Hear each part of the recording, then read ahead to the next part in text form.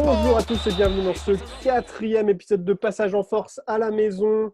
Vous pouvez d'ailleurs retrouver tous les anciens épisodes sur notre chaîne YouTube à partir de maintenant. Donc Passage en Force sur YouTube tout simplement.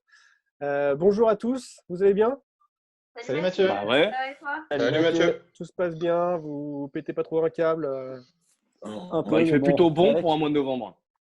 C'est vrai. C'est vrai que cette semaine il pleut pas mal. Au programme aujourd'hui, nous entamerons un nouveau chapitre de notre série sur les Frenchies avec Yves Ponce. Bon, pas dire grand-chose pour la plupart d'entre nous, mais David nous expliquera tout ça mieux tout à l'heure. Qui est ce jeune joueur français promu qui est destiné à être drafté l'année prochaine. On continuera notre série de bilan des franchises avec le seul club qui est non américain, présent en NBA de nos jours, donc les Toronto Raptors exactement, avec Gina, la première fan. Non états-unien, parce que sinon on va se mettre des géographes à dos si tu dis qu'ils ne sont pas américains. On va dire ça. Techniquement, c'est américain. C'est nord-américain. Les seules personnes qui vont gueuler, c'est les gens d'Amérique centrale et du Sud. Et je pense pas que tu sais, trop prune ou notre. Tu sais qu'on a beaucoup d'auditeurs au Mexique. Oui, exactement. On prenne rien, mais ils écoutent ça, tu vois. On a des auditeurs, mais c'est des bots en fait. C'est des bots qu'on a achetés, c'est tout. Faut pas le dire. C'est ça de mettre hashtag Bogota aussi. On finira avec un quiz qui a été fait par Gina ce soir. Ouais, sur 2 équipes principalement. Parfait. Voilà. Plus simple que les 2 dernières fois quand même. Comment? Plus simple quand même, non? Plus simple? Vous verrez. Ça veut dire non. Ça veut dire on va en chier. On va grave en chier. Bon, on verra ça tout à l'heure. Et du coup, on va commencer comme d'habitude avec toi, Simon, avec les news. C'est parti. Qu'est-ce que c'est que cette lubie de vous faire construire une table? D'autant qu'il y en a déjà une dans la salle à manger. Là, c'est une table ronde, pour que les chevaliers de Bretagne se réunissent autour. De toute façon, autant vous y faire, parce qu'à partir de maintenant, on va s'appeler les chevaliers de la table ronde. Quelles sont les news de cette semaine? Une news principale, c'est. Ouais, t'as vu, c'est du lancement de qualité. Hein. C'est magnifique. Ça a été répété pendant des heures et tout. Enfin... Au-dessus, il y a le soleil. Non, et en plus, c'est de la grosse news, puisqu'on connaît enfin le nom du nouveau GM des Bulls. On vous en parlait il y a 15 jours. Les Chicago Bulls, ils sont en pleine révolution de leur front office. Et ils avaient recruté pour mener la barque au poste de directeur des affaires Arturas Karnizovas, tout droit venu des Nuggets de Denver. Alors, son rôle officiel, c'est vice-président des opérations de basket. Hein. Et on connaît enfin le nom du general manager qu'il a choisi. Ça s'est joué entre 3 à 5 personnes à peu près. Et il s'agit de Mark Eversley. C'est son premier poste de GM, mais c'est loin d'être un petit nouveau dans la ligue. En fait, on va dire qu'il a plutôt évolué dans l'ombre. Si on va aller tracer son parcours rapidement, son CV, il a commencé sa carrière comme businessman, je vais y arriver, à Nike pendant 10 ans. Et ensuite, il a intégré plusieurs franchises. Toronto, Washington, et puis ensuite les Sixers. Là, il a fait les Sixers il y a vraiment pas longtemps. C'est un professionnel qui est largement reconnu dans le métier. C'est un homme d'expérience qui a su par le passé prouver qu'il était complètement indispensable, en tous les cas aux équipes sur lesquelles il a été, notamment du côté des Sixers, puisque c'était en fait un peu la tête pensante du office. Qu'est-ce qu'il y a Antoine Roger? Mais Antoine, il a la tête marée là. J'ai une balle à la con. J'ai une vanne à la con là qui vient de. Comment il s'appelle déjà? Arturas comment? Ah mais non, mais ça on en a parlé il y a 15 jours à Arturas Karnizovas. Son nom de famille, il s'appelle comment déjà? Karnizovas. Putain, mais on dirait le nom d'un dinosaure qu'on vient de découvrir. Pardon, c'est nul, mais. Ça faisait 2 minutes qu'il était dessus. Aïe. Je pensais qu'il y avait un autre truc, mais non, c'est juste ça. Donc, l'Institut de paléontologie de Pau vous présente sa nouvelle découverte, 70 millions d'années, et le fossile d'un Arturas. On vous met sa photo d'ailleurs juste là. Est-ce que je peux revenir sur mon GM? Bien sûr. C'est un dinosaure. Non. Par contre, c'est le premier Afro-Américain GM des Bulls. Donc, c'est quand même un chouette truc dans l'histoire. Alors, il a fait notamment les Sixers. Les Sixers, c'était lui la tête pensante du front office. En fait, rien ne se faisait sans son accord. Les joueurs le respectaient. C'est notamment lui qui est à l'origine du trade de Jimmy Butler en 2018. Puis ensuite, des décisions qui ont été suivies quand Jimmy Butler s'est barré à Miami en 2019. Mais là où il excelle, où il est le meilleur, et c'est parfait parce que c'est là où Chicago, ils vont avoir besoin de lui, c'est dans l'accompagnement des jeunes joueurs. Il est très très bon là-dedans, donc ça va être parfait pour accompagner des Kobe White, des Lauri Markkanen, des Zach LaVine notamment. Il est totalement reconnu pour ça, donc c'est vraiment une bonne pioche de la part de Chicago d'avoir recruté ce mec en tant que GM. Maintenant, il y a une seule personne qui reste à faire sauter dans le front office, c'est le coach. Ouais. Pas sûr que ça fonctionne avec le coach des Bulls en ce moment. Après, à voir, hein, je peux me planter. Mais en tous les cas, là, on a un joli tandem à la tête du front office des Bulls. Donc, notre petit T-Rex, d'après Antoine, Arturas Karnizovas, et donc Mark Eversley. C'est son premier poste en tant que GM, je le rappelle, et c'est le premier GM afro-américain des Bulls. Ok. Ça, c'est Voilà. cool. Non, mais cette situation aux Bulls, quand même, devient super intéressante et passionnante, je trouve. Surtout que le mec, compte tenu de l'arrivée d'Arturas il y a quelques semaines maintenant, qui est un ponte dans son domaine, et tout le champ des possibles que ça ouvre et tous les chamboulements qu'on pourrait avoir, putain, les Sixers, perdre quand même un mec comme ça, c'est moche, quelque part. Oui, ouais, mais le début d'un process, quoi, en fait. Ouais, c'est ça. Maintenant, à voir ce que ça va donner d'ici 3, 4, 5 ans. Est-ce que ça va porter ses fruits? Est-ce que ça va permettre aux Bulls d'aller jusqu'en play-off ou pas, d'ailleurs? Les recrutements qu'ils vont faire l'année prochaine et sûrement l'année plutôt 2021. C'est là où on va voir vraiment si le gars il sort voilà, ou pas. Ouais, il y a beaucoup de points d'interrogation quand même sur les Bulls. Ouais. Ça semble même peu de certitude et ça semble même compromis à moyen terme. Entre 3 et 5 ans, je pense que ça va être un petit peu chaud. Tu sais, ça va vite. Ça va vite. Ça va vite quand t'as un super joueur qui arrive. Après, s'il te plaît, il y a de très bons joueurs aujourd'hui dans le roster des Bulls. On peut pas enlever les qualités d'un Kobe White, on peut pas enlever les compétences d'un Lauri Markkanen, on peut pas enlever la volonté d'un Zach LaVine. Aujourd'hui, il a quand même 3 joueurs sur lesquels s'appuyer qui ont des qualités qui sont indéniables. S'il n'arrive pas à en faire quelque chose. Après, il n'a pas de banc. Il n'y a pas de banc. Il faut tout reconstruire. Et ça prend des années pour reconstruire déjà un 5 correct. Plus derrière une profondeur de banc. Sinon, il va se manger dans la gueule. Même juste avant les playoffs, il va rester à la 9e, 10e place. Pour moi, s'ils approfondissent pas. Quoi. Et même son medium 3, c'est pas un big 3, hein, mais pour moi, Kobe White et Zach LaVine. Kobe White, je suis peut-être un peu dur en disant ça, mais pour moi, les deux ont un plafond de verre qui est assez bas. Mais il vient d'arriver, Kobe White en NBA. Comment tu peux juger son plafond de verre? Il est tout jeune. Ouais, il est tout jeune. Je ne sais pas, sur les matchs que j'ai vus des Bulls, je le trouve bon, mais j'ai du mal à le voir, progresser, lui. C'est jamais franchise player, quoi.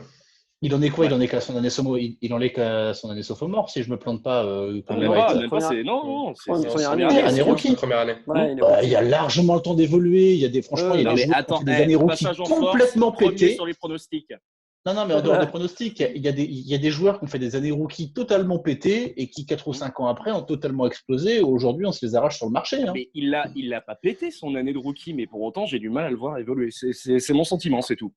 Ok. Et Zach LaVine, même chose. Ça deviendra un franchise player par défaut, mais malgré ses qualités athlétiques, malgré ses qualités naissantes de leader, j'ai du mal à le. Pour moi, c'est pas vraiment un leader dans le sens une nouvelle organisation. Ouais. Pour moi, c'est pas forcément un leader, LaVine, dans le sens où il joue un peu trop pour lui pour l'instant. Il n'est pas encore bon dans le faire bien jouer les autres. Et je pense que c'est sur ça qu'il doit travailler. C'est-à-dire qu'il peut être bon individuellement, faire de la stat, ça, il en est grave capable de ouf. Par contre, faire bien jouer ses coéquipiers, il n'en est pas encore là. Et je pense que pour être un vrai franchise player, il doit step up à ce niveau-là, quoi. C'est pour ça qu'avoir un GM il a travaillé son shoot, déjà.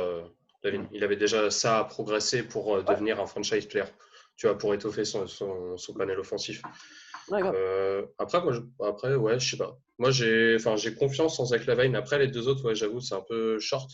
Mais Zach LaVine, il montre des qualités de travail, tu vois. pas forcément des qualités intrinsèques, mais il montre qu'il progresse tous les ans de façon régulière. Donc, après, ouais, je suis d'accord. Faire mieux jouer les autres, ça sera important par la suite. Quoi. Donc là, le staff, un nouveau staff, donc il manquera du coup un coach, c'est ça? Alors pour le moment, le coach il est là. Hein. Le head coach, il n'a pas été débarqué. Mais après, tout laisse à penser que le head coach va jarter aussi. En fait, si tu refais totalement ton front office, tu vires le coach avec. Ça paraît assez logique. Sauf si le coach a montré de belles choses ces derniers temps, ce qui n'est pas le cas. Donc, tu vois, non, tout laisse à penser qu'il va partir. Ok. Ouais. On enchaîne avec. J'ai 2 petites news marketing, si vous le voulez bien. Du coup, on va commencer avec de l'alcool. Avec Hennessy, le cognac. Hennessy, le cognac français, évidemment. Du coup, alors, Hennessy. À consommer avec modération. Exactement. Voilà, disclaimer. Mais justement, chez nous, jamais on pourrait voir ça avec la loi E20. Mais là-bas, aux États-Unis, il y a toujours un sponsor majeur en vin et spiritueux. Et du coup, c'était Jack Daniels depuis très longtemps qui était partenaire officiel. Et là, du coup, c'est donc un vin français, donc l'eau de vie de cognac, enfin le cognac, voilà, Hennessy, donc qui est vraiment le leader du marché, c'est vraiment un leader incontestable, Hennessy, qui devient partenaire de la NBA. Parce qu'il faut savoir que le cognac est vraiment vendu, enfin, c'est vraiment le premier marché, c'est les États-Unis, donc c'est vraiment leur communication. Tous les rappeurs disent Hennessy dans un. Je pense à Tupac qui le disait une fois tous les 3 morceaux, quoi. Ouais, non, mais c'est extrêmement connu et populaire là-bas, ouais. Johnny Hallyday aussi, on a fait une chanson. Ouais. Sur la route de Hennessy. Ah oui. Donc c'est cool de voir ça, de voir la France qui s'exporte. C'est mieux qu'un sponsoring de Tourtel Twist, on est d'accord. C'est ça. Ouais, c'est plus classe. Et on va enchaîner avec Nike qui sort une collection un peu spéciale. Alors, je vais me décaler un petit peu. Oui, ils sont trop beaux. Ouais. Vous avez vu, c'est les maillots. Oui. C'est les maillots en fait MVP de Nike. En gros, l'idée, c'est qu'ils sortent une collection donc avec 5 joueurs, 5 derniers joueurs qui ont été MVP. Donc il y a normalement, il y a James, Durant, Harden, Curry et Antetokounmpo. Et en gros, le concept, c'est d'avoir un maillot, vous avez vu, complètement blanc. De toute façon, je remettrai la photo en bas. C'est des maillots à colorier, quoi. Comment? C'est des maillots à colorier. Ouais, c'est ça. Il y a des numéros à chaque fois pour savoir la couleur. Ouais. Non, ils sont blancs. Et en gros, c'est en point de croix. C'est en point de croix, direct. L'idée, c'est que là où il y a normalement le sponsor, il y a la date à laquelle ils ont été MVP, marquée en chiffres romains. Et il y a également la signature du joueur en bas à gauche du maillot. Donc c'est un très très beau maillot. J'aime beaucoup. Le prix. Faut savoir qu'il est à 150 euros. 150 euros. Ça va, c'est quasiment le double d'un maillot normal. Ouais, grave. Mais tu vois, si tu veux un maillot un peu quali, légende, original, t'en as pour facile 200 ou 250. Attends, Mathieu, j'ai pas ça reste un maillot blanc pour 150, quoi. C'est un maillot blanc. Ah ouais, mais t'achètes déjà un t-shirt blanc Nike 40 balles, donc forcément, tu vois. Alors non, effectivement. Ouais. Ah, ils sont à combien? Ils sont à 50. Ah ben voilà. 50 balles le t-shirt, si putain. C'est ça. Non mais sérieux, tu vas acheter ton t-shirt à H&M à 10 balles et tu fous le logo Nike dessus, ça fait pareil. Hein. Ouais, ça s'appelle de la et un bonjour à tous ceux qui travaillent pour Nike. Hein. Non, j'ai menti. Salut les enfants. Ils sont à 35. Ah, ça va. 35. Ils sont très beaux aussi. Ils sont blancs, pareil, avec donc le joueur en gris dessus. Vraiment sympa. Je mettrai la photo aussi en bas. Mieux que Nike, Mathieu. Comment? Adidas, c'est mieux que Nike, Mathieu. Voilà. Mais là, tu vas nous le fâcher. Regarde, il devient tout rouge. J'ai des Nike partout. Je peux pas. On n'arrive plus à le distinguer avec sa veste. On va enchaîner du coup avec notre série sur les Frenchies. On a une dernière petite news avant quand même, non? Ah bah je sais pas. Tu as une dernière news? Bref, vite fait, parce qu'on a vu que non, parce qu'on ne sait pas encore ce qu'ils vont en faire, mais on a vu quand même que, l'info est sortie comme quoi il y a une caméra qui a suivi Kobe sur toute sa dernière saison aux Lakers. Donc on risque de voir un petit The Last Dance version Kobe d'ici les prochaines années sortir de derrière les fagots. Pourquoi pas? Mais voilà, en gros, il y a l'air de ne pas avoir été excessif. Qui a l'air de ne pas avoir été excessivement trop apprécié par ses coéquipiers, d'ailleurs. Ouais. Un peu intrusif, l'équipe de caméra, visiblement. Pour Kobe, Ouais, pour Kobe, ouais. Ils avaient un peu tous les passes droits, ils allaient dans des endroits où, normalement, des caméras sont jamais acceptées. Eux avaient le droit. Et du coup, c'était un peu intrusif vis-à-vis des autres joueurs, en fait, qui, forcément, eux, ils ne sont pas dans le reportage ou quoi, ok. Du coup, ils n'ont pas kiffé, quoi. Mais du coup, ça reste d'être intéressant pour nous, quoi. Bah ouais, c'est ce que je me dis en tant que téléspectateur ou spectateur. C'est bon. Ouais, mais bon, tu n'auras pas forcément le même format dans ce cas-là de documentaire. Ce que je veux dire, c'est que là, les personnes qui étaient interviewées il y a 20 ans se retrouvent sur le canapé aujourd'hui en donnant leur avis quelques années, 2 décennies après. Ouais. Là, ce ne sera pas forcément le cas si ça leur a pas plu directement le format pendant qu'ils étaient avec Kobe. On ne les retrouvera pas 4 ans après. Non. À mon avis, c'est pas un truc qui est amené à sortir d'ici 3-4 ans. Ça va sortir d'ici plus longtemps. Ce sera beaucoup trop tôt. C'est clair. Je sais pas. Hein. Ce serait, en tous les cas, je pense personnellement que ce serait une erreur de le sortir dans les 4 ans. Ce serait beaucoup trop tôt et il n'y aurait pas, tu vois, il y a quand même un processus dans la construction d'une légende, c'est-à-dire que Jordan, Kobe, ces gens-là, on sait que ce sont des légendes, mais Jordan, il a quand même attendu pendant une bonne dizaine, une vingtaine d'années, même maintenant, après, il est pas pour mort. accepter à faire ce documentaire. Franchement, Kobe, il a fait ça bien, tu vois, pour devenir une légende. Non. Hashtag meurt facile. Oh putain de merde. Hashtag no respawn.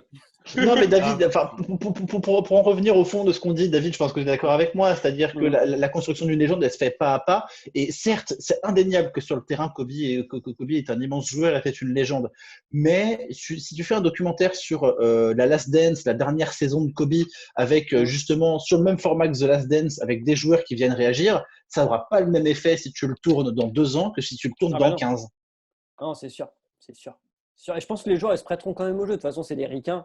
S'il y a un petit billet à se faire pour aller se faire une interview et parler de Kobe Bryant et se faire bien voir, ils le feront, les gars. Ils le feront. Après, vous pensez pas que de toute façon, qui a sur Michael Jordan et qui aujourd'hui, qui à l'époque le détestait ou était là pour lui casser les bras et qui maintenant parle en bien de Michael Jordan, il y en a énormément. Donc ça sera pareil pour Kobe. Ils ont tous joué avec des légendes et ils ont envie de parler de leur expérience parce que ça fait vendre. Donc, Après, moi, je pensais aussi que de toute façon, toutes les saisons qui vont suivre de The Last Dance, il n'y en aura aucune comme Jordan, tu vois. Genre là, en soi, on a le neck plus ultra tout de suite, quoi. Donc après, tu vois, de les comparer même dans les formats, au final, je suis même pas sûr qu'ils veuillent calquer l'histoire de Jordan et tu vois ce que je veux dire? Ils sont obligés d'attendre 20 ans. T'imagines The Last Dance de Jésus avec Judas qui dit avec leur fille, je regrette quand même. Mais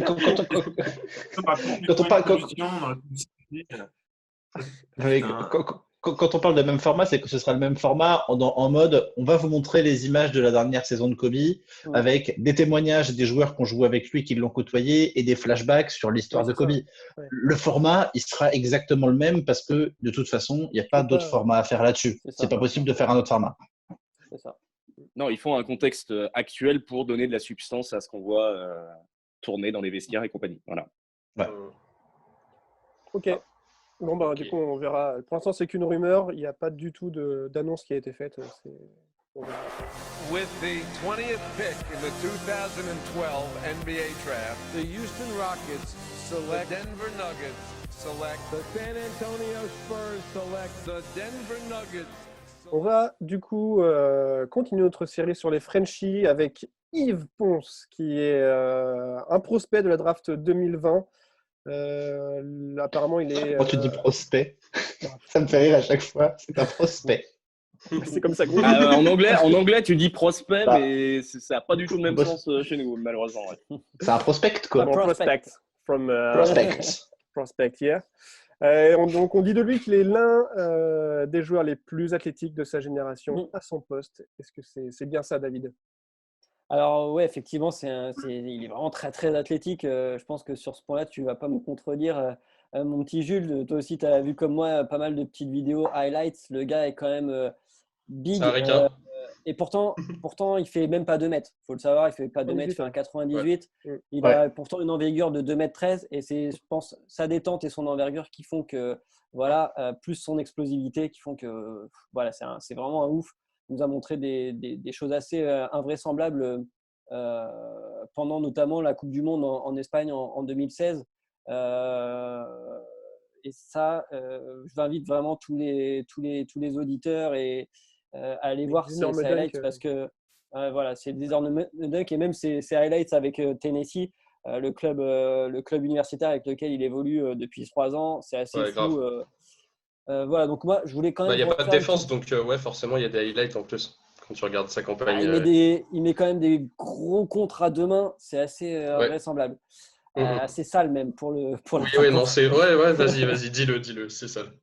Et du coup, j'aimerais quand même revenir sur un peu l'historique de ce jeune joueur, parce qu'il est né lui en mars 99 à Port-au-Prince, capitale de, les gars, on va essayer de bien géographier. Ah non, c'est dommage, c'était Haïti, c'était pas loin. Mais putain, mais quel con. Du coup, en fait, voilà, donc Yves est né le 7 mars 1999 à Port-au-Prince. Il a été adopté à 4 ans par un couple de Français, Babette et Jean-Claude Pont. Et à cet âge-là, donc on est en 2003, il va débarquer avec eux en France et poser ses biberons dans le sud de la France et notamment pas loin de la ville d'Aix-en-Provence, une petite bourgade appelée Fuveau. Très rapidement. C'est bien, c'est chantant un peu. C'est chantant, Fuveau, c'est chantant. Et du coup, très rapidement, en fait, sa taille va un peu faire mouche et parmi son entourage, on lui dit très vite va falloir que tu trouves un sport, et un sport où il fait bon vivre pour les grands, je pense, c'est le basketball. Et il va s'y mettre, ça directement en fait. Pourtant, Yves, il ne sait pas vraiment ce que c'est le basketball. Et du coup, c'est sa mère qui va l'inscrire pour la première fois aux Ailes de Fuveau, très exactement. Donc, c'est le club local. Et très vite, il va se passionner pour ce sport. Il va progresser rapidement. Si rapidement que très vite, il va rejoindre les minimes du club de l'Union d'Aix-en-Provence qui évolue, eux, en championnat de France. Donc, il va direct step up de level assez rapidement. Un an d'avance, je crois, de mémoire de ce que j'ai vu du reportage. Alors, un an d'avance, c'est quand il entre à l'INSEP finalement. Il entre à l'INSEP avec un an d'avance en 2013. Et quand finalement l'INSEP vient le chercher, pour un joueur en formation, quand tu es préadolescent, l'INSEP qui vient te voir, c'est cool. Pas rien quand même. C'est un peu le Graal de la formation en termes sportifs. Il faut savoir que Yves Ponce, à 13 ans, il était déjà capable de dunker sur des paniers adultes. Donc, ça vous situe un peu le gars. Moi, à 13 ans, je ne touchais pas le filet. Tu vois, je ne touche toujours pas. Non, mais c'est ça le truc, en fait. Je ne touchais pas le filet des paniers enfants, des 2,50 m. Je t'aurais, Jules. Je t'aurais. Voilà, donc à partir de vraiment, là, il rentre à l'INSEP et ça va vraiment à partir de là commence sa formation de basket à haut niveau.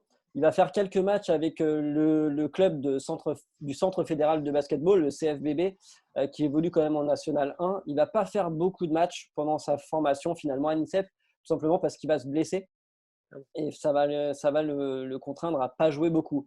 Et malgré ça, finalement, il va continuer à apprendre à shooter, à apprendre à travailler, à persévérer. Ça va vraiment pas affecter son moral.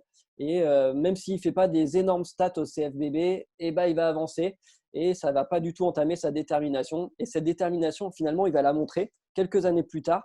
D'abord dans les U14 en gagnant la médaille d'or au championnat d'Europe en 2014 et 2 ans plus tard en 2007 lors du mondial, même si la France elle finit 6e, le mondial des 17 et moins de 17, lui, il va quand même poser une petite ligne de stats pas à piquer des hannetons avec 10 points, 4 rebonds, une passe à 54% au tir, dont quasiment 30% à 3 points.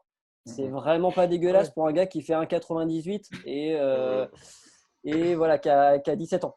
Donc, puis les highlights contre la Lituanie et contre la Corée qui traînent sur YouTube, ils sont juste exceptionnels de ces U17. Bah, le gars, il tape 2 gros highlights dans le top 3 des highlights du mondial. Plus, propre. C'est pas rien. Vraiment, c'est 2 grosses actions énormes. Hein. Encore une fois, j'invite à aller voir ces highlights. Et du coup, grâce à ça, cette ligne de stats, ces highlights, son explosivité aussi en jeu, il va se faire tourner autour par plein d'universités américaines. Les scouts cherchent à le recruter. Donc, il va aller visiter 2-3 universités. Finalement, c'est à celle de Tennessee qu'il va décider de poser ses valises en 2017. Tennessee, c'est pas une énorme équipe. Hein. Faut pas non plus, c'est pas du Duke ou c'est pas du North Carolina qui ont une vraie hype. Par contre, c'est quand même une équipe de haut de tableau dans leur conférence. Ils jouent dans la conférence du Sud-Est. Depuis 2017, ils sont quand même toujours dans le top 3, top 4. Bizarrement, ça coïncide avec son arrivée. Est-ce que c'est lui ou pas qui a fait ça? Non, je ne pense pas. Il y a pas mal d'autres joueurs qui sont arrivés à cette. Très bons joueurs, actuellement. Voilà, exactement. Et après, c'est quand même une équipe qui arrive toujours à se placer depuis 5-6 ans dans le top 8 ou le top 16 NCAA. Donc, c'est vraiment pas une équipe dégueu à regarder. Même si, comme tu le soulignais tout à l'heure, Jules, il n'y a pas vraiment de défense en NCAA. Donc, c'est surtout prime à l'attaque. Malgré tout, il va faire son intégration petit à petit au sein du club. Il va passer de 5 minutes de moyenne par match lors de sa première saison, où il fait un 0,6 rebonds, 0,7 points, au statut de starter en 2019-2020, avec un temps de jeu de 33 minutes, où il place quasiment 11 points, plus de 5 rebonds, plus de 2 blocs et une passe par match à 50% au shoot et 35% à 3 points. Et il a vraiment starté, il a joué 31 matchs sur 31. Il a starté les 31 matchs. Ouais, voilà. Sachant que c'est un défenseur. Hein. Sachant que c'est un défenseur. Donc 11 points pour un défenseur, c'est intéressant quand même. Voilà. Et du coup la saison 2018-2019, c'est là où il va gagner le titre de meilleur défenseur parce qu'il est bon. Il est bon et ses highlights aussi sont en grande partie faits de blocs ou de faits défensifs. Même s'il fait que 1m98 entre guillemets, parce que c'est pas forcément hyper grand pour un défenseur. Il n'a pas grandi depuis ses 17 ans. Quasiment pas. Il faisait 1,94 à 17 ans et là il fait 1,98. Tu vois, il a 21 ans. Okay. Mais tu vois, c'est le genre de mec d'1m98 qui sait voler. C'est-à-dire que si tu regardes ses highlights, tu te rends compte que le mec il a une détente de dingue et que de la ligne à 3 points, il peut dunker, peut-être pas de la ligne à 3 points, mais tu vois, du milieu de la raquette, il peut dunker tranquille. Tu vois, le mec il fait 1m98, mais il sait voler. C'est un truc de malade, tu vois. Et c'est notre Zion français quelque part. Alors, en gros, avec l'aspect défensif. Si tu veux extrapoler, ce serait un Kawhi Leonard et un Rudy Gobert qui auraient bouffé un peu de Giannis, tu vois. Ce serait un petit peu un mélange des trois. Alors, physiquement, c'est un Giannis. En tant que joueur, c'est un Rudy Gobert dans les blocs qui te met en match. Après, comme tu disais, la NCAA, c'est certes pas la ligue la plus défensive, mais il faut pas oublier que la conférence sud-est dans laquelle il évolue, c'est quand même une des conférences qui est la plus athlétique, qui est la plus physique de toute la NCAA. Donc, mine de rien, c'est un bon point pour lui d'avoir évolué dans cette conférence-là et d'avoir pu jouer ces équipes-là et surtout dans cette équipe-là de Tennessee qui est quand même assez agréable et avec de très très bons joueurs, notamment 2-3, j'ai plus les noms en tête, mais qu'on va probablement revoir d'ici pas très longtemps en NBA. Mais franchement, son évolution, elle est juste dingue. Et je puis il a pris son temps. C'est sa troisième année, tu vois. Après, il a été blessé aussi sa première année. Hein. Il a été blessé en 2017-2018 au niveau de la cheville, ce qui a aussi expliqué en partie son peu de temps de jeu. Voilà, c'est une blessure, mais encore une fois, il n'a pas été entamé par ça. Il a continué à taffer, il a continué à être motivé et il avait vraiment, je pense, la grande ligue en ligne de mire. Moi, tu vois, c'est un des rares trucs qui me fait peur chez ce mec, c'est qu'il s'est fait opérer du ménisque, du coup, il y a 6 ans, et il s'est fait opérer de la cheville il y a 2 ans. Donc, ça veut dire que physiquement, il y a quand même le genou et la cheville qui sont, je dirais pas faiblardes, mais en tous les cas, sur lesquels il peut y avoir des risques.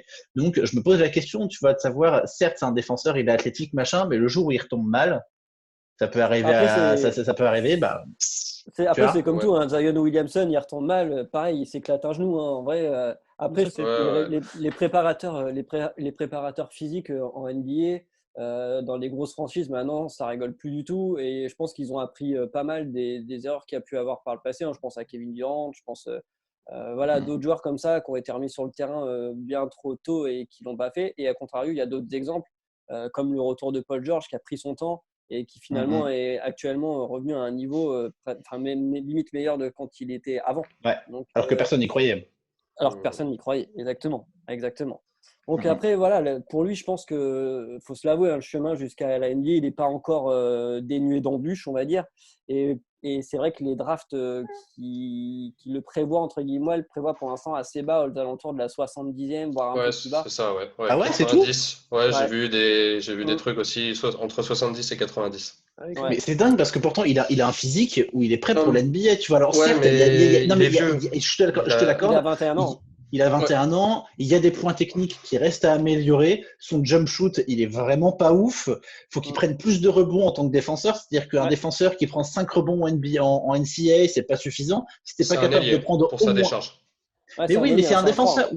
Ouais, mais c'est un défenseur. Si en tant que défenseur, tu prends pas au moins 7-8 rebonds défensifs par match en moyenne, bah, tu te fais bouffer en NBA. Tu te fais bouffer. Ouais. Tu vois, t'as un Kawhi qui en prend 7, t'as un Rudy qui en prend 10, bah, tu vois. C'est pas un joueur très polyvalent, tu vois, dans le genre. C'est vraiment un joueur qui a pas une palette offensive énorme, mais par contre, il sait jouer sur ses qualités, tu vois. Genre, il a vraiment un shoot à 3 points qui est violent. Il est ouf, il est complètement gaucher. Le shoot est magnifique. Sa mécanique de shoot. Non, vraiment, genre. Si, sa mécanique. Non, mais aussi, ça va. En vrai, ça va. Son shoot est super beau. Si. Je sais pas. Je suis pas d'accord avec toi, Jules. En tant que gaucher, j'aime bien son jeu. Justement, perso, j'ai noté que sa mécanique, elle était dégueu et que c'était ses pieds qui rattrapaient un peu le truc, tu vois. Genre, en vrai, si vous regardez bien, genre, regardez, il est pas en face. Ouais, il est comme ça. Et en vrai, ses appuis, par contre, ils sont malades et c'est pour ça qu'il rentre des shoots. Mais par contre, la mécanique, elle est pas terrible. Mais par contre, après, il a plein de trucs à progresser, hein, franchement. Ses appuis latéraux, ils sont pas terribles. Il va bien tout droit et en arrière, mais par contre, sur les côtés, il a un peu du mal, tu vois, sur les aides défensives, sur du pick and roll, il a du mal à cadrer les deux joueurs. Pourtant, je trouve qu'il fait des très bons pick and roll, quoi. Il fait beaucoup de pick and roll. Ouais, mais en attaque. Super bon là-dessus. En attaque, mais en défense, tu vois. Quand tu sais, quand tu es en défense, c'est que tu dois justement encadrer soit le mec qui drive, soit ton pivot qui est derrière, quoi, ou ton mec qui vient de poser l'écran. Et bah, lui, il est un peu perdu, tu vois. Il y a des fois où il regarde un peu dans tous les côtés comme ça. C'est un bon défenseur, mais plus sur l'homme, quoi, on va dire. En attaque, c'est vrai que les pick and roll, ça marche tout le temps, quoi. C'est comme Rudy Gobert un peu, pour le coup. Il vient au poste haut, il pose un écran, et il se retourne à 3 points, boum, c'est plié. Et puis il a le pick and flare parce que lui, je te dis, il attendait. En fait, genre, il est hyper chaud, mais il va jamais dans le corner. Genre, c'est un mec, regardez tous ses shoots à 3 points, c'est entre les 2,45 degrés, ou alors il se met en face. Mais par contre, dès tu vois, encore une fois, il a très peu il n'a pas une grosse panel, tu vois, il ne va pas shooter dans le corner et tout. Mais par contre, sur les trucs qu'il sait faire, le mec, il assure de ouf, quoi. Et puis, par contre, il va bien dans la raquette et. Ah oui, il a une bonne vision à ce niveau-là, il va avoir l'espace. Il voit bien les spacings. Après, c'est un gros défenseur quand même. Ouais, moi je trouve que c'est un bon défenseur, tu vois, il a un bon QI, tu vois, basket. Après, je pense que son problème, tu vois, c'est que c'est un 4 qui a un corps de joueur au poste 3, tu vois. Et tu vois, il a un peu les défauts, tu vois, d'un 3, on va dire, offensif et d'un 4 défensif, tu vois. C'est-à-dire qu'il peut être très bon en défense, tu vois, mais il va vite montrer ses limites dans les déplacements latéraux, tu vois, comme tu disais. Parce que j'ai regardé quelques-unes de ses actions. Et il y a un autre truc aussi que j'ai remarqué, c'est qu'il a un bon jeu, je pense, en catch and shoot, mais c'est pas forcément un très grand shooter. Parce que moi, je suis d'accord avec toi, j'ai su, elle est juste dégueulasse. Il y a vraiment qu'il travaille encore son tir parce que tu vois, il faut aussi penser qu'en NCAA, les lignes est moins loin qu'en NBA, tu vois. Et en fait, pour moi, quand tu vois, son ballon, il part beaucoup trop bas. Et en NBA, il se fera tout le temps de à cause de sa petite taille. Toujours à l'intérieur. Moi, c'est ça le souci que j'ai aussi par rapport à son jeu. Et je pense que c'est aussi pour ça, je pense.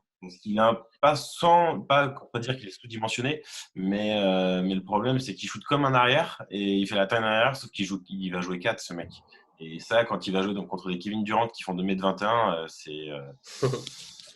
Kevin Durant, tu fais pas 2m21. Il fait entre 2m21 et 1m96. Personne ne sait combien il mesure, ce mec. Ouais, je sais pas. Bon, on va dire les mêmes 2m15, tu vois, 2m entre 2m15. Cette fourchette Entre 2 et Entre 3 mètres, 1m96, on est à peu près là. Non, mais c'est vrai. Genre, 2m21, c'est taco faux, là, Kevin Durant, là. Bah, en vrai, il y a grave des polémiques sur Kevin Durant. Genre, lui, il avait annoncé 2,6. Après, il avait annoncé 2,8. Et après, genre, tu le voyais à côté d'un Demarcus Cousins qui fait 2,11. Il est plus grand que lui.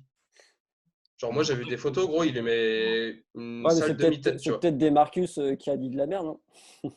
Ouais, mais tu vois. Moi, je l'ai à 2m8. Ouais, moi aussi, 2m8. Ouais, mais 2m8. Il portait quelle chaussure? Mais ouais.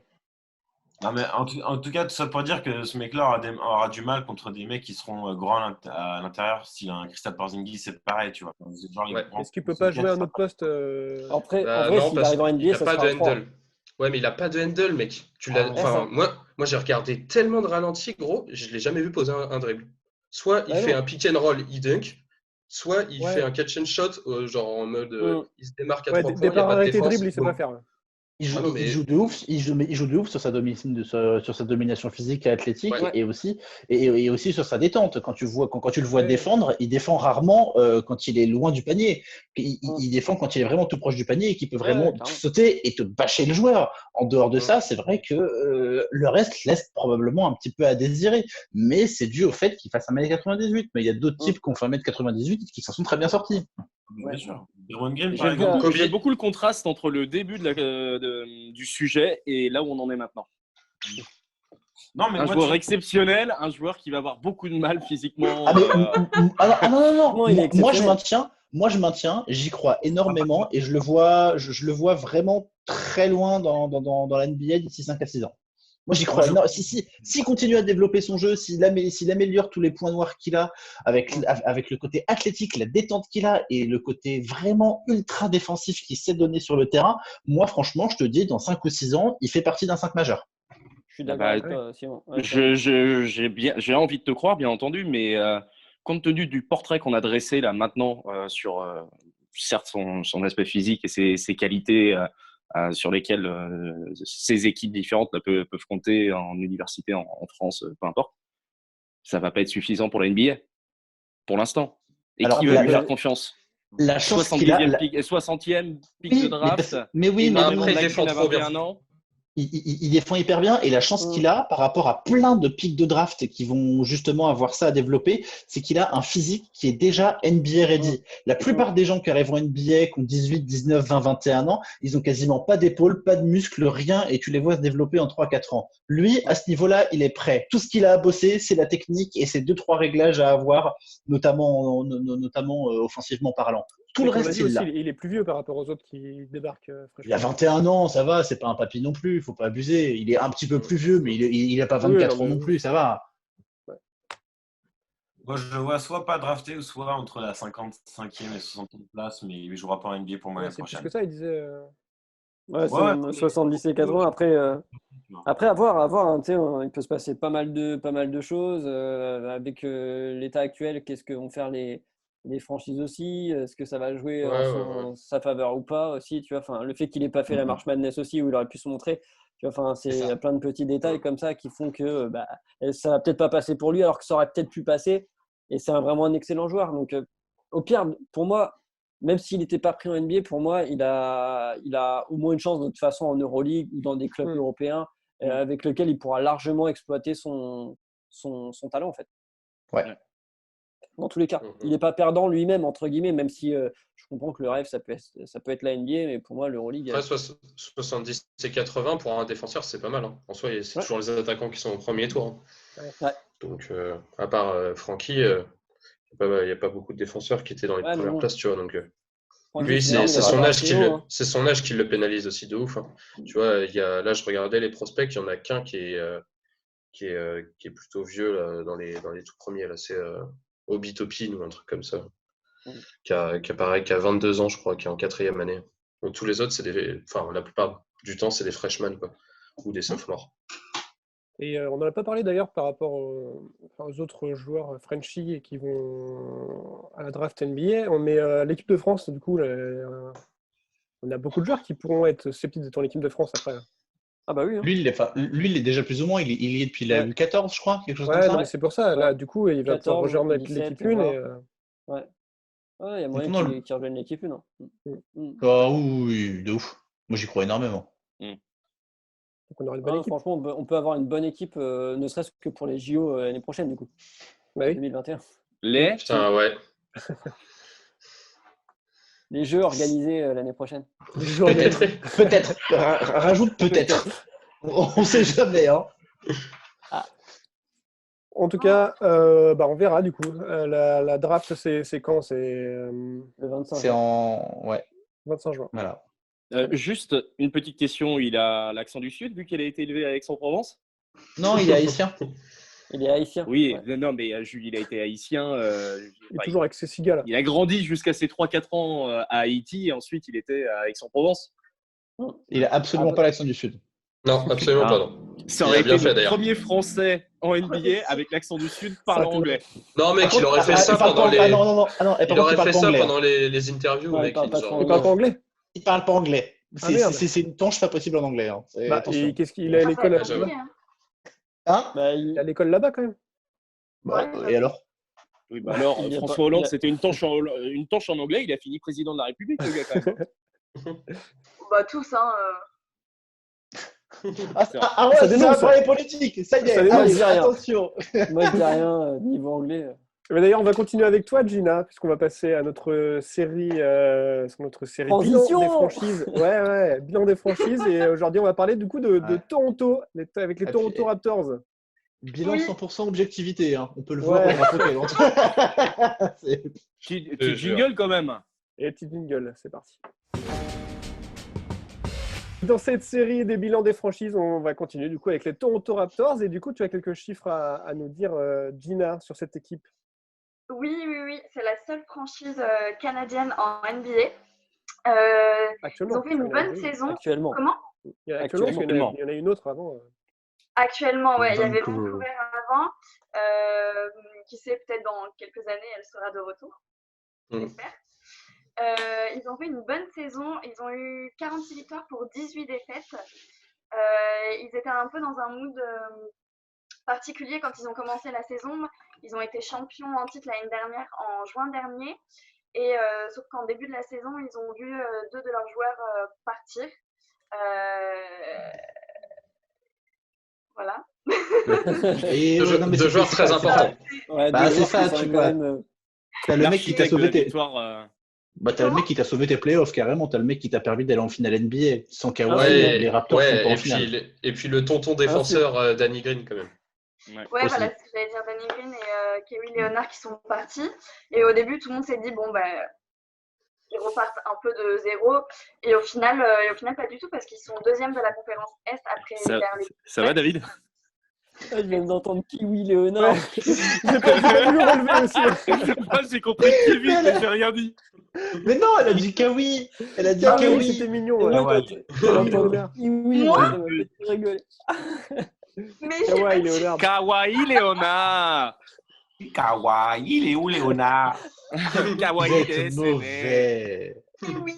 Bon, on va l'appeler comme ça maintenant. Le petit kiwi est attendu à la queue.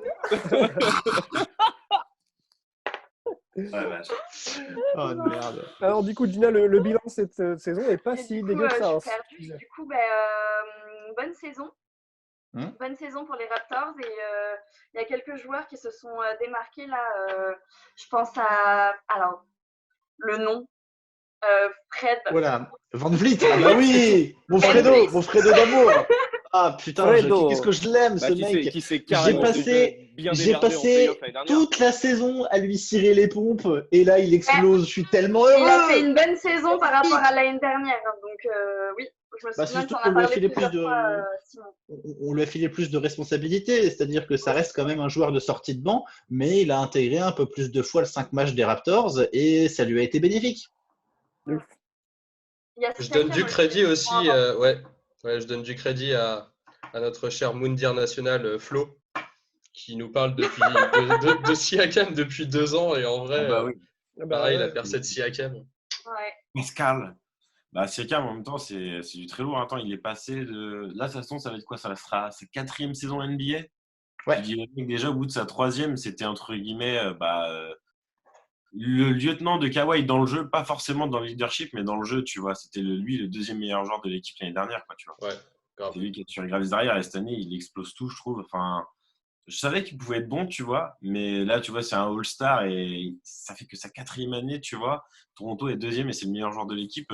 Franchement, je dis chapeau, quoi. Franchement, ce sera bientôt quasiment le plus payé, hein, parce que là, il va passer à 29 millions la saison prochaine. Tu peux lui filer un contrat max pour sûr, tu vois. Le gars, t'es sûr qu'il va être dans une très bonne veine. Et puis, tu vois, t'as vraiment un gars qui bosse, qui aime le basket et tout, tu vois, qui est vraiment focus là-dessus. Donc, tu peux vraiment construire un truc sérieux avec ce. C'est pas que je veux pas lui filer un contrat max, c'est que ça va faire beaucoup de thunes à filer à des joueurs des Raptors quand même. Parce que oublie pas que justement on parlait de Van Vliet, il faut le signer cet été. Van Vliet, il a été dernier, gros, non? Non, faut le re-signer cet été. Non, faut le re-signer là en juin. C'est pour ça que je l'avais pris dans mon équipe, c'est qu'il était à 3 millions cette année, 20, je crois 18 ou 20 l'année prochaine. En gros, de prévision. Non, Van Vliet, il est à 11 millions cette année. Il est à 8 ou 11, mais il est à 9. Il est à 9. Oui, pardon, 9 millions. Mais non, là, il va aller gratter ce qu'il peut. Et ça va être un vrai souci pour les Raptors, parce que tu as déjà quand même le petit tandem Laurie Siakam qui te bouffe la moitié de ton salary cap quasiment. Bah, en fait, le problème, je pense qu'on l'a vu avec Simon, c'est que en fait, le casse-tête, il va être financier plus que tactique, quoi. Parce que en vrai, t'as Marc Gasol qui est en fin de contrat et tu vas gagner quand même pratiquement 25 millions sur le cap, tu vois, s'il faut se dire ça aussi. Ouais, mais tu les perds sur Van Vliet quasiment. Ouais, non, tu vas pas filer. Je pense que Van Vliet, tu vois, ça reste un joueur de banc. S'il arrive à choper entre 10 et 15 millions par an, c'est bien. Il est déjà à 10 millions. Il est déjà à 10 millions. Il y a 8 millions, tu proposes 15. Non, il est à 9. Le problème, c'est que tu peux lui proposer 15 en restant en sortie de banc. Tu auras forcément une équipe pour NBA qui va lui proposer 20, 25 et d'intégrer un 5 majeur. Probablement plus faible, qui n'atteindra probablement pas les playoffs, mais au moins, tu es dans un 5 majeur et tu touches plus. Et business is business, tu vois. Ouais. Tu vois, gros, un Malcolm Brogdon, aujourd'hui, c'est à peu près ça, c'est 20 millions par an. Est-ce que pour toi, tu vois, Fred VanVleet est aussi bon que Malcolm Brogdon? Moi, gros, je te dis non tout de suite. Ouais, non plus. Mais ça fait je dis pas ça. Je dis pas ça, c'est ce que David dit. Il n'y aura pas de thunes, gros. Faut pas oublier que cet été, gros, la free agency va être super calme. Il n'y aura quasiment pas de thunes à dépenser. Les gens, ils attendent surtout 2021, tu vois. Moi, je dis les gros contrats cet été, on va pas en voir beaucoup. Hein. En tout cas, je pense pas. Tu vois, genre, les gros contrats, ça sera du top par Evan dedans, quoi. Donc, après, ce qu'il va falloir que tu sécurises. Max, mais je vois pas de gros contrats max. Ce qu'ils doivent sécuriser, les Raptors, en 2020, c'est Kyle Lowry, Marc Gasol, s'ils veulent le garder, potentiellement Serge Ibaka. C'est les trois. Mais c'est trop après. C'est trop. Marc Gasol, il va sauter. Gasol, il va sauter, c'est obligé. Il y a Fred VanVleet. Il y a Fred VanVleet. Et après, là, pour l'instant, Pascal Siakam, c'est cadeau. Hein. Il a un contrat à même pas $3 millions. Et l'année prochaine, c'est $3,5 millions. Il a un contrat à la Pippen, quoi. Tu vois, enfin. Et Chris Boucher, vous en pensez quoi? Parce qu'on en parle aussi un peu. Bah, lui, ça fait partie des joueurs qui vont se développer, qu'il faut sécuriser aussi, quoi. Anunoby, Chris Boucher. Moi, je sécurise Anunoby d'abord. Anunoby, il a 22, Boucher, il a quasiment 30 piges. Hein. Anunoby, jamais. Mais non, jamais. Chris Boucher, il est tout jeune, gros. Ouais, je vais regarder. Il sort de collège. Ça doit être un sophomore. Tu es sûr de ta connerie? Oui. Non, je crois qu'il a regardé. Moi, je dirais non, un truc comme ça. Parce qu'il a déjà l'année dernière, ça doit être ça. Non, mais autant pour moi, j'avais cru voir qu'il avait 27 piges. Je me suis dit, putain, il est vieux en fait. Non, c'est un mec qui a sécurisé dans l'avenir. Si, il va sur ses 28 ans. Ouais, putain, c'est un 93. Ouais, il est 27. Voilà, ouais. c'est ça que je dis. C'est que à choisir entre sécuriser un Chris Boucher. J'ai pas 30 ans, ok? Non mais voilà, mais à choisir à sécuriser entre un Chris Boucher. Bordel. À choisir de sécuriser entre un OG Anunoby qui a 22 ou 23 ans et un Chris Boucher qui va sur ses 28. Je suis les Raptors dans la philosophie qu'ont les Raptors d'accompagner les joueurs assez loin et assez longtemps. Je sécurise Anunoby avant de sécuriser Chris Boucher. Hein. Bien sûr. Ouais, la hiérarchie, elle est. Bah, de toute façon, il est plus fort intrinsèquement, donc au pire. En plus, il n'y a pas de débat là-dessus, mais Anunoby, il faut le. Tu sais, tu vois, tu fais un peu un duo que tu avais justement avec la Kawhi, tu vois, sauf que tu fais la Siakam qui prend le rôle de Kawhi et tu formes Anunoby à avoir un jeu un peu comme la Siakam l'année dernière, tu vois. C'est comme ça qu'il y a une progression. Ouais, puis lui, c'est un poste 3 qui est capable de résister à peu près tous les meilleurs postes 3 enfin, au niveau de l'impact, quoi. Il a vraiment des grosses épaules. Tu vois, il est taillé pour répondre au meilleur poste 3 de la ligue. Après, ouais, tu vois, moi, c'est plus Ibaka où je sais pas s'ils vont pouvoir le garder ce que ça vaut. J'avoue que là, après, financièrement, ça va pas rentrer. Ibaka, ouais. Le truc, c'est que il y a à Toronto, mais après, c'est financièrement. Quoi. Il y a un moment où ça va pas rentrer. Loris Siakam, c'est 59 millions les deux. Ibaka, ça te coûte 23 millions si tu veux le re-signer pour l'an prochain. Tu as déjà Norman Powell qui va te coûter 11 millions. Et à côté de ça, tu as du OG Anunoby et du Hollis Jefferson qui, eux, chacun, l'année prochaine, vont prendre 2,5 millions. Et tu as un développement en interne qui n'est pas dégueu. Et tu as un Siakam que va falloir que tu re-signes dans un an, donc il faut que tu mettes des sous de côté aussi, quoi. Bah ouais. Ouais, et puis même mettre des sous de côté de toute façon pour l'été 2021. Ouais, ils ne peuvent pas se permettre d'arriver avec un salary cap qui est complet et qui est complètement bouché enfin, ils vont forcément essayer de faire venir une star, quoi. Un vrai franchise player avec Siakam. C'est vachement attractif. Kyle Lowry se fait vieux, quoi. Ouais, de ouf. Moi, je pense que dans 2 ans, tu vois, enfin, même Kyle Lowry, en vrai, tu sais pas ce qu'il va donner dans 2 ans, tu vois. Ça peut être aussi une monnaie d'échange en soi pour faire venir un gros, quoi. Mais les free agents étaient prochains en plus, non? Ouais. Moi, c'est la dernière année. C'est cet été, hein. C'est cet été, c'est 2020. C'est cet été qu'il est free agent. Ah ouais, mais non, mais c'est une énorme année pour Toronto au final. Attends. Pas Kyle Lowry. Le contrat sécurisé cette année, c'est monstrueux. Kyle Lowry, je pensais que Kyle Lowry c'était l'année prochaine, moi. Non, Kyle Lowry, c'est l'an prochain. Il a re-signé. Non, assure. J'ai le truc sous les yeux. Ah, mais je comprends. Il a son contrat à 35 millions de dollars pour 2019-2020. Il n'a pas re-signé pour 2020-2021.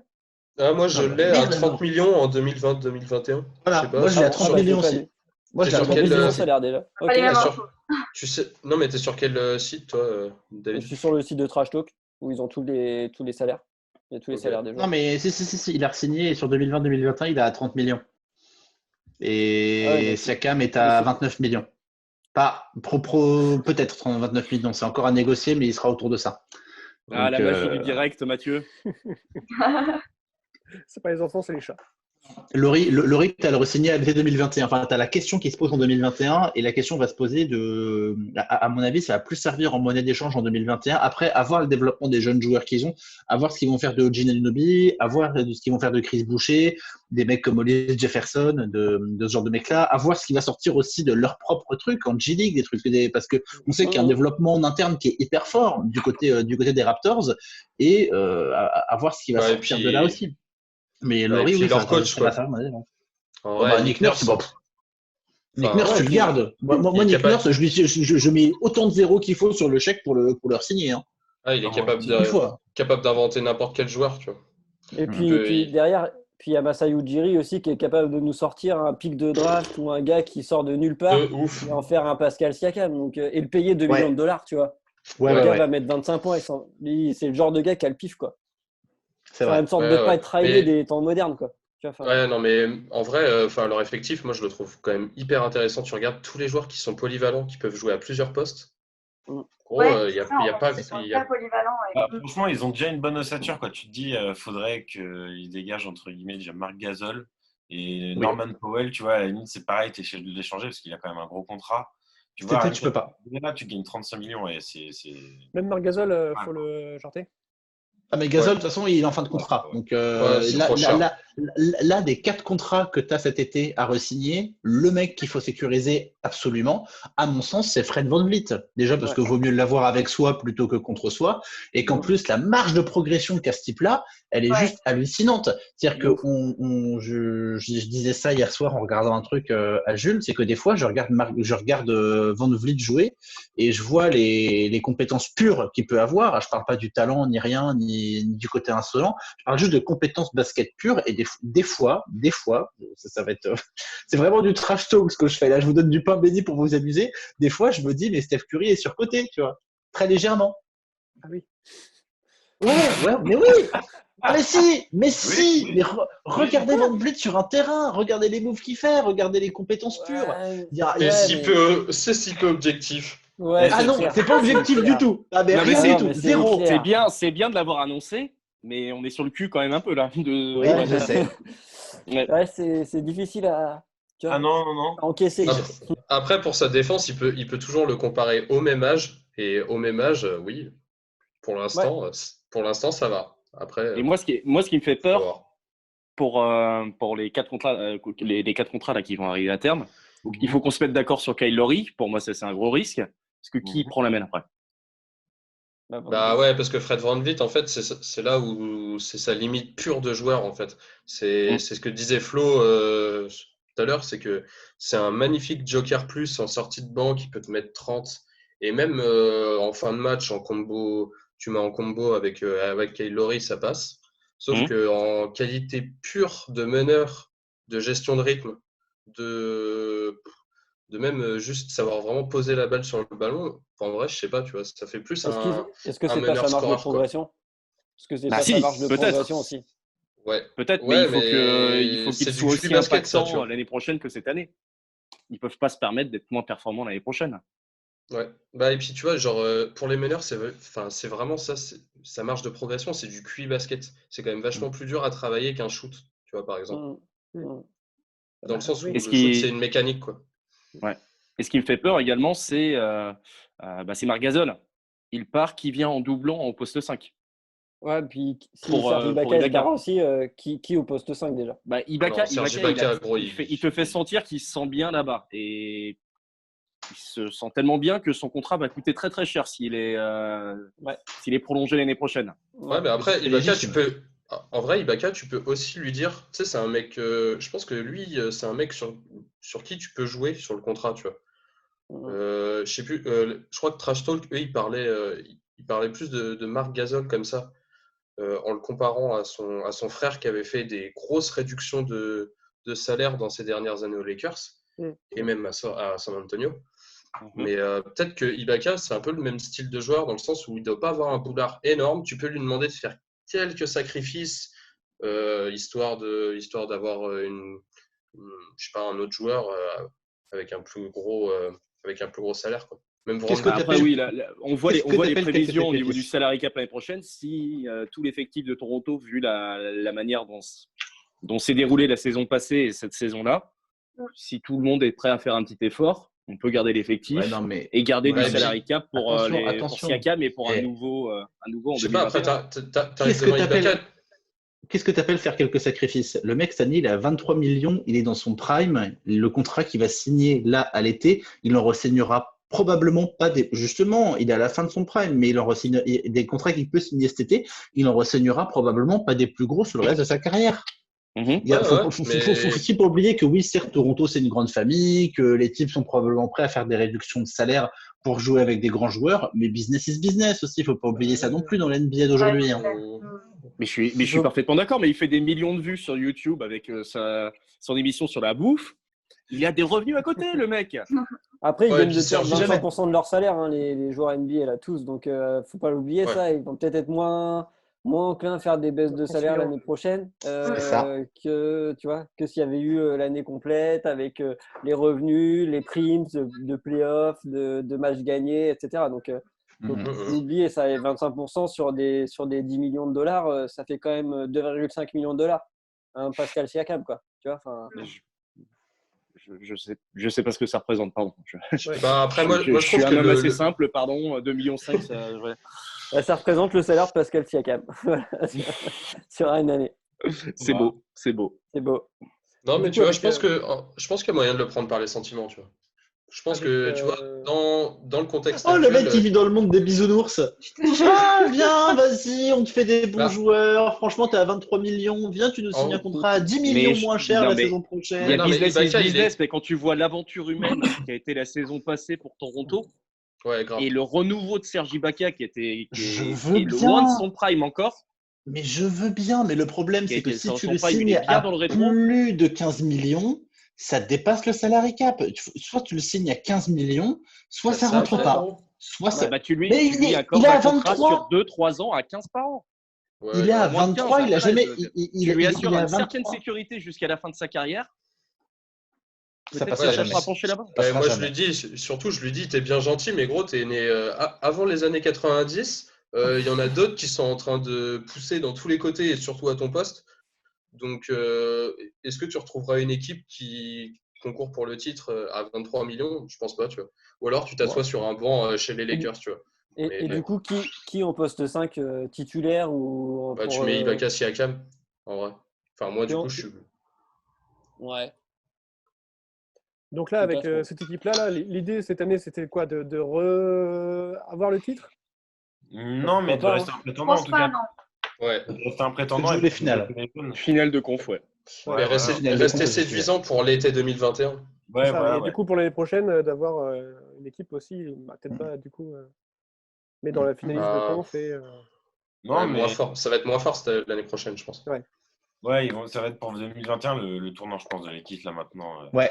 Là, ils vont se reconstruire, tu vois, ils vont garder les meilleurs jeunes joueurs et puis en échange, après, ils vont essayer de choper les meilleurs free agents sur le marché. Quoi. Mais de toute façon, l'année prochaine, ça va être une année d'attente. Hein. Personne va se lancer. Enfin, ça va être un peu une année de transition, surtout en sortie de coronavirus comme ça. Ça va être une année spéciale. Hein. Ah bah ouais, c'est sûr. Hein. En plus, sachant qu'il y avait eu aussi le scandale avec la Chine en début d'année, donc là, c'est la récap qui va être un peu moins élevée, hein, je pense. Ah oui, c'est vrai.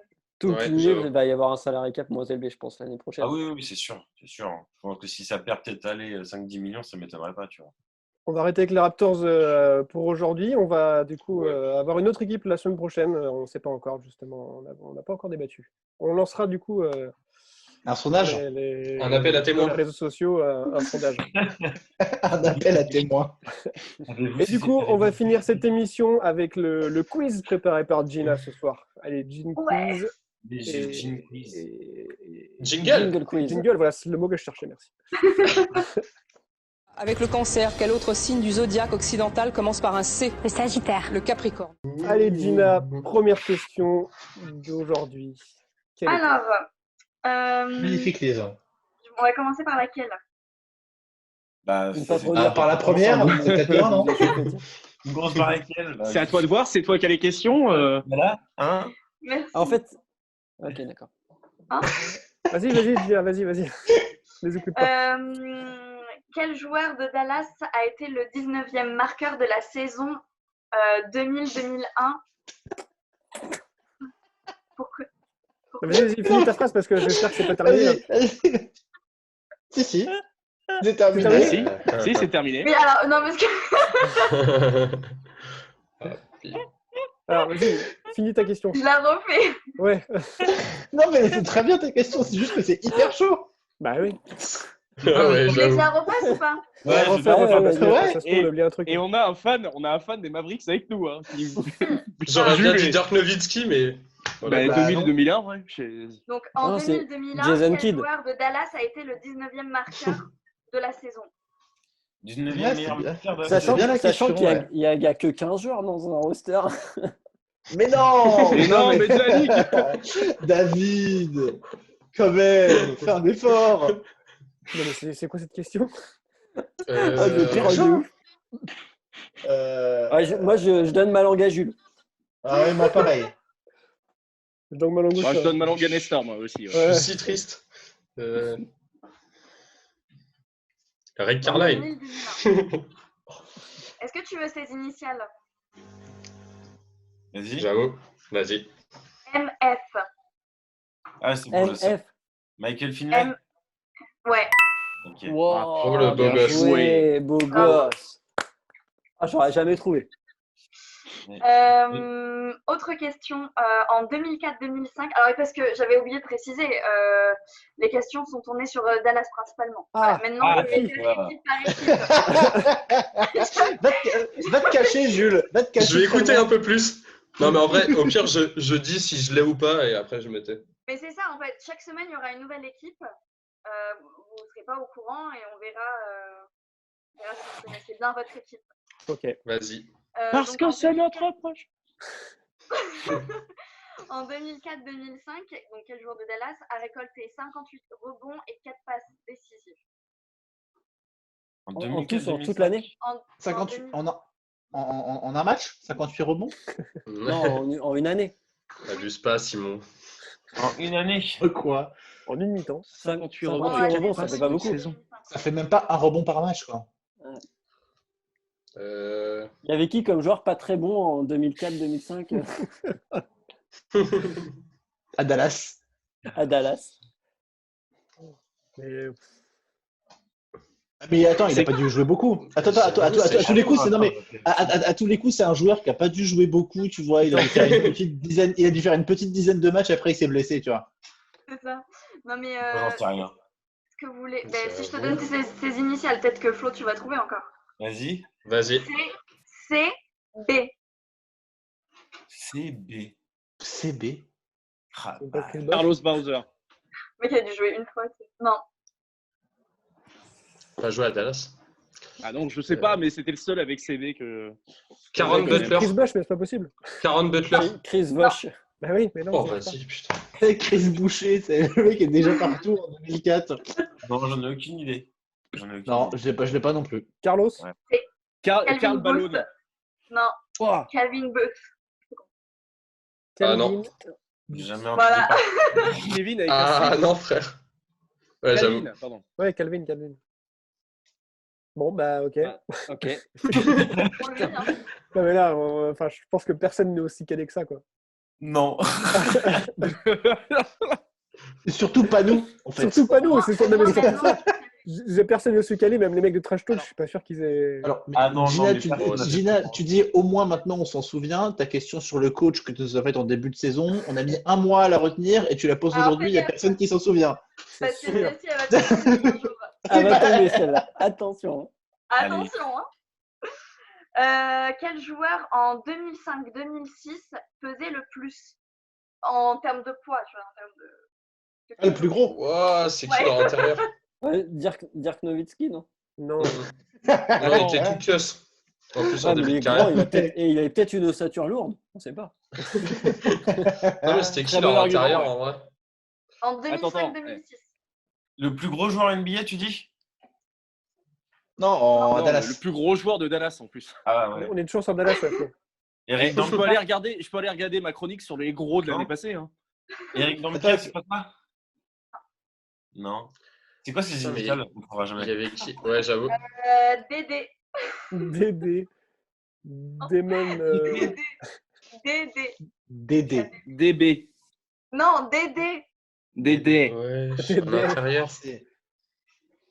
Gros. Ouais, en intérieur. On peut le dire? Gros. On va le dire. Très bien, bah, c'est la troisième question à laquelle. Il pesait, alors du coup, je vais vous dire juste son poids. Il pesait 127 kilos. Pour 2 Ah, d'accord, bah oui. Oui, forcément. DD. Ouais, DD. On l'appelle DD, ça c'est son terrain. Non, mais il jouait beaucoup ou pas? Bah non. C'est ça qu'il faut savoir. Donc, je le dis ou pas? Ouais, vas-y. C'est Diop, son nom. Desagna Diop. Ah, Desagana Diop.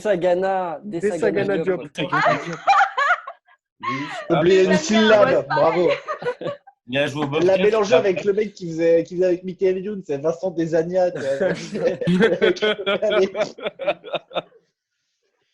tu sais que le mec, il avait signé un gros contrat à Dallas, ce mec. Genre la grosse arnaque. Maintenant, on sait, il est parti la thune au KFC. 2,3 points, il était. Non, mais il était gros quand même. Hein. Enfin, il était. Ah, il était quand même costaud. Tu juges, c'est pas bien. Non. Mais... C'était un autre siècle. Hein. Glenn Baby Davis jouait en NBA, les gars, à cette époque-là. C'est vrai. Ouais, c'est vrai. Big Baby. Ouais. Bon, allez, dernière question. Quel joueur a été suspendu pendant la même période, 2005-2006, pour être rentré dans les tribunes? Ron Artest. Il y a eu une histoire avec une nana d'un coach et des fans de San Antonio. Et du coup, il a dû rentrer dans les... San Antonio ou Dallas? Je comprends plus rien. Mais non, mais c'est un match entre San C'était Antonio un et match, Dallas. ouais. Ah, 2004-2006 on cherche aussi le joueur qui a été suspendu pour être rentré dans les tribunes. 2005-2006 2005-2006, ouais. Je connais même pas l'effectif, là. Je sais que Dirk s'est jamais battu. C'est pas Karen Butler? Non. C'est quoi ces initiales?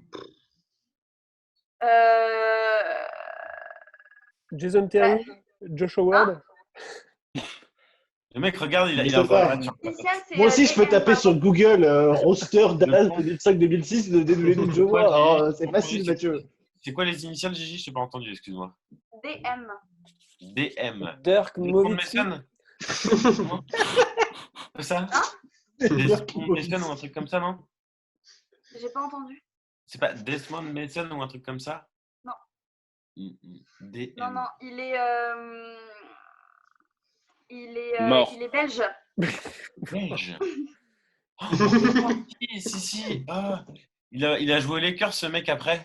C'est pas Mbenga ou je sais pas quoi? Ouais, c'est ça. Oui, putain, mais mais Flo, t'as géré, quoi. il survole le game ce soir, Flo. Ouais. Je suis content d'être supporter de Dallas, quand même. DJ Mbenga. T'inquiète pas, je passerai presque autant pour un con quand elle fera un quiz sur les Sixers. Ouais, ou sur Utah, pareil. T'inquiète. Et je vais réviser, mais comme un malade. Non, mais là, tu peux pas savoir. Non, mais qui a fini 19e? C'est impossible. Ah si, mec, Michael Finlay. Il Bah a oui, joué mais- aux Spurs, il a joué à Dallas. Ça aurait pas eu les initiales en vrai. Flo T'aurais pas a eu les trouvé, initiales. donc je suppose que si Flo a trouvé, d'autres peuvent trouver aussi. Voilà. Oui, mais Flo, il a trouvé avec les initiales. Ouais, Oui, par sans contre, les j'avoue initiales. que c'est quand même chaud. C'est chaud, mais après, non, mais attends, on peut faire une sorte de qui est-ce, tu vois, tu donnes des questions petit à petit, à la limite. Ouais. Tu donnes 3 personnages, Oui. tu fais ça comme ça. Ce sera un peu plus facile déjà, je pense. Parce que là. Mais par contre, il faut que tu te renseignes un peu sur la personne, ma chère Gina. Le mec, attends, t'as eu 0 réponse, ne dis rien. Mais non, mais les gars, si on nous fait. Non, mais juste si on nous fait un qui est et qu'elle nous dit il a joué en 2005-2006, par exemple, là. Ouais, à quel poste Ouais, voilà, c'est ça. Ouais. C'était pas du tout une critique. Je suis. C'est ça. C'est juste que Il nous faut cet aspect-là quand même. Et du On va coup, faire un Gina, il faudrait Jeopardy que tu la prennes la prochaine veste aussi de Simon, parce que comme ça fera vraiment Julien Lepers pour le coup. Mais qu'est-ce qu'elle a, ma Allez, veste? on s'arrête. Elle est très bien, ma veste, arrête de me faire chier. Elle est très bien. Elle est très bien, ma veste. J'ai un blazer, la prochaine fois, je le mettrai, t'inquiète. Ok, Allez. ça marche. En tout cas, parce que vous merci. êtes fringués comme des sacs, c'est tout. Merci à Ouais. tous d'avoir Sauf regardé. David. Sauf David. Merci à tous d'avoir regardé cet épisode. On vous invite du coup à nous suivre sur nos réseaux sociaux, Facebook, Instagram et du coup maintenant YouTube pour retrouver du coup tous les épisodes de Passage en Force à la maison. On se retrouve du coup la semaine prochaine avec une nouvelle équipe à débriefer, de nouvelles news et un nouveau quiz du coup, Gina. Oui, sur une Parfait. nouvelle équipe, enfin sur une autre équipe. Parfait. C'est qui On va du coup Sur les faire Sixers. Ah bah, Ah ouais, on va laisser le public décider. Non, on va faire un sondage. Ouais, Pourquoi sur, on laisserait pas on va le public faire un décider sondage également Instagram, ouais. sur Pourquoi on Instagram? fait pas un qui veut gagner ça. des millions, tu vois, puis tu mets 4 réponses possibles. On peut aussi. On peut Parce essayer que de faire t'as ça, des mais c'est millions plus à donner, compliqué, là, toi. pour le coup. On n'a rien à donner, mec. Je vais gagner 4 euros. Non, mais Allez, tu vois, restez chez vous, prenez soin de vous. On peut donner le 06 d'Alex. D'ailleurs, comme les Ouais, absents ont grave. toujours tort, le 06 s'affiche ici. Allez, à la semaine prochaine. Voilà, Salut. très bien.